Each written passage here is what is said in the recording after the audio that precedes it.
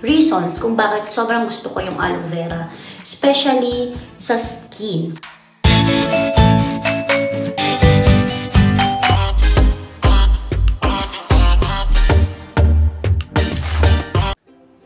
Hello everyone! Welcome to my YouTube channel. My name is Maymay Yu. So for today guys, I'll be showing you one of the DIY products na even before, sobrang favorite ko, less hassle. Pwede nyo siyang gamitin ng mabilisan. So for today guys, I'll be showing you kung paano ko nga ba ginagamit yung fresh aloe vera leaf para sa aking face. So, pwede nyo siyang gamitin guys, directly yung, kumbaga yung leaf mismo, i-cut nyo lang and then ilagay nyo sa face niyo and pwede nyo rin siyang gamitin na, ako ang ginawa ko kasi is, binlender ko na yung aloe vera leaf, I mean yung pinaka gel na nakukuha doon, and then, yun na, inilagay ko na siya sa isang lagayan para mas madali na siyang ilagay. Before I start, magbibigay lang ako ng konting reasons kung bakit sobrang gusto ko yung aloe vera, especially sa skin. Actually guys, yung aloe vera, it has anti-inflammatory properties. So anong ibig sabihin nun? So if ever na yung skin niyo is very sensitive, katulad sa akin, honestly yun nga, gustong-gusto ko ng mga products na may aloe vera kasi good for sensitive skin siya. For example, yung acne-prone skin kayo, or due to hormonal imbalances, or basta, or yun, mga ganon, maganda siya for the skin kasi naiiwasan yung mga acne. But then, of course, disclaimer, hindi ko naman pwedeng sabihin na ganon yung effect niya sa akin, ganon din yung maging effect sa inyo. For skin irritation din, dahil na may anti-inflammatory siya, if you have any rashes or kung kunwari, ito pa, second, kung meron kayong sunburn, it can also soothe yung sunburn. Ilagay nyo lang siya direkta sa skin niyo and okay na yon. Kung meron din kayong dry skin, maganda rin siya. Aloe vera is a natural moisturizer, meaning kahit na siya lang, ay hindi mo na kailangan na, kumbaga wala na siyang chemical na kasama, yung talagang fresh aloe vera leaf lang, maganda talaga siya. Pwede niyang ma-hydrate yung skin, which will make your skin glow and healthier. And then, nakaka-radiant din siya ng skin. So, if you are looking for a natural product na gusto ninyo ma-prevent din yung aging, yung fine lines and wrinkles, it's also good na gamitin sa balat. Yung aloe vera kasi is nare-retain din niya yung moisture ng balat eh. So, yung skin elasticity, alam niyo yung parang may instant banat effect siya. Kaya, sobrang recommended ko talaga yung aloe vera. Kasi yun ang mga kanyang mga ilan lang sa mga magagandang benefits or advantages na nabibigay niya sa atin, especially sa balat. Hindi ko na pahahabain at baka kung ano-ano na namang maichika ko sa inyo. So yan, isi-share ko na sa inyo kung paano ko siya ginagamit. And ipapakita ko sa inyo ano nga ba yung naging effect niya sa skin ko, may nagbago ba? So, kayo na lang yung humusga. O, diba? Ang taray ng musga. Kayo yung mag-judge kung sa tingin ninyo meron bang naging effect. So, ito na yung video. Itaob ang nalinisang aloe vera leaf upang matanggal ang yellowish latex nito. Kung malaki ang aloe vera leaf, ay putulin ito at gupitin ang magkabilang gilid.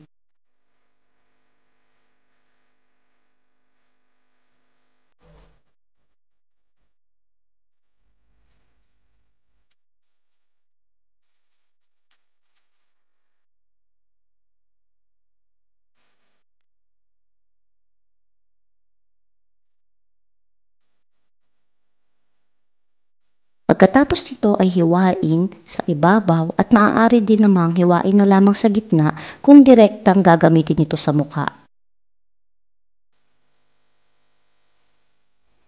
Gamit ang isang kutsara ay kunin ang mga aloe vera gel at ilagay sa blender. Kung walang blender ay maaaring kumuha ng isang lagayan at mga tinidor upang durugin ito o i-mash. Kailangang ma-mash ito hanggang sa makuha ang aloe vera juice. I-blender ito ng 10 to 30 seconds.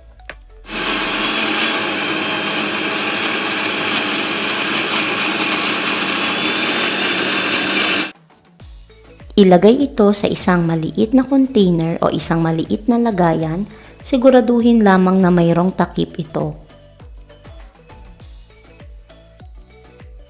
Ilagay ang natapos na aloe vera juice sa ref upang ma-preserve. Sa first day na ginamit ko ay hinati ko lamang ang isang aloe vera leaf at direkta ko nang ginamit sa aking muka.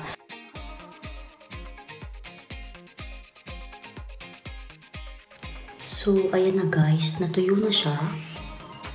So, ayan guys, after 15 to 20 minutes, babanlawan ko na siya. Ayan na siya guys, as you can see, alam nyo, mafe-feel nyo na na-hydrate. Alam nyo, mafe-feel nyo na na-hydrate yung skin nyo. Yun yung feeling ko talaga, na-hydrate talaga yung skin ko. And also, wala siyang hapdi feeling, wala rin. Kaya nakaka-glow rin siya ng face. But then, let's see kung ano yung magiging effect niya. Kung magkakaroon ba ng changes sa skin ko or kung magkakaroon ba ako ng pimples. Sasabihin ko talaga sa inyo guys. So, okay. So, hello guys. Second day ko nang gumagamit ng aloe vera. So, ayan. Sa makikita ninyo, meron pa akong pimple marks. Pimple.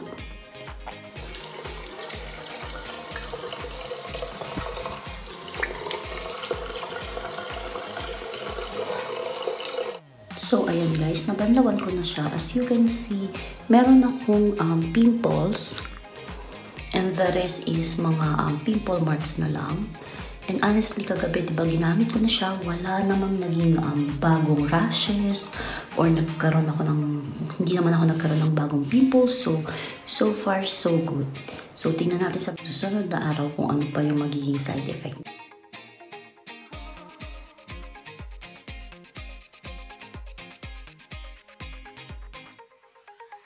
So guys, yan siya after 30 minutes.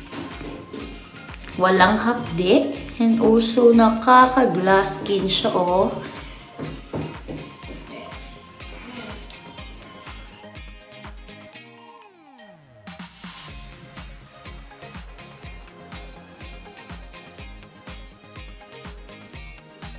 So, yun yung video tutorial kung paano ko siya ginagamit and also kung ano yung naging effect niya sa akin. Honestly guys, nakaka-glow siya ng skin. Wala akong naging pimples. Doon araw na tuloy-tuloy ko siyang ginamit. And actually, nag-heal pa nga yung pimples na meron ako nung before ko siya ginamit kasi meron pa akong ilang pimples nun eh. Pero natanggal niya. And also yung feeling mo kapag after mo siyang ginamit, parang ang linis ng skin mo. And also highly moisturized siya. And then yung maganda pa dun is wala siyang extra amoy. Alam niyo yun, yung walang chemicals na parang nakahalo. For me guys, sobrang highly recommended ko talaga to sa inyo. Especially sa mga katulad ko na may sensitive skin. So, I hope na nakatulong sa inyo itong review na ginawa ko. Anything na gusto ninyong itanong, huwag kayong mag-hesitate na mag-comment down below. And I will try my best na maka-respond agad kapag nabasa ko. So, again guys, thank you so much for watching my vlog. I hope na mag-subscribe kayo and also i-on nyo yung bell button para ma-notify kayo kung meron akong bagong vlog. Keep safe and healthy sa ating lahat. And again guys, thank you so much for watching my vlog. Have a nice day everyone. Bye! See you on my next vlog.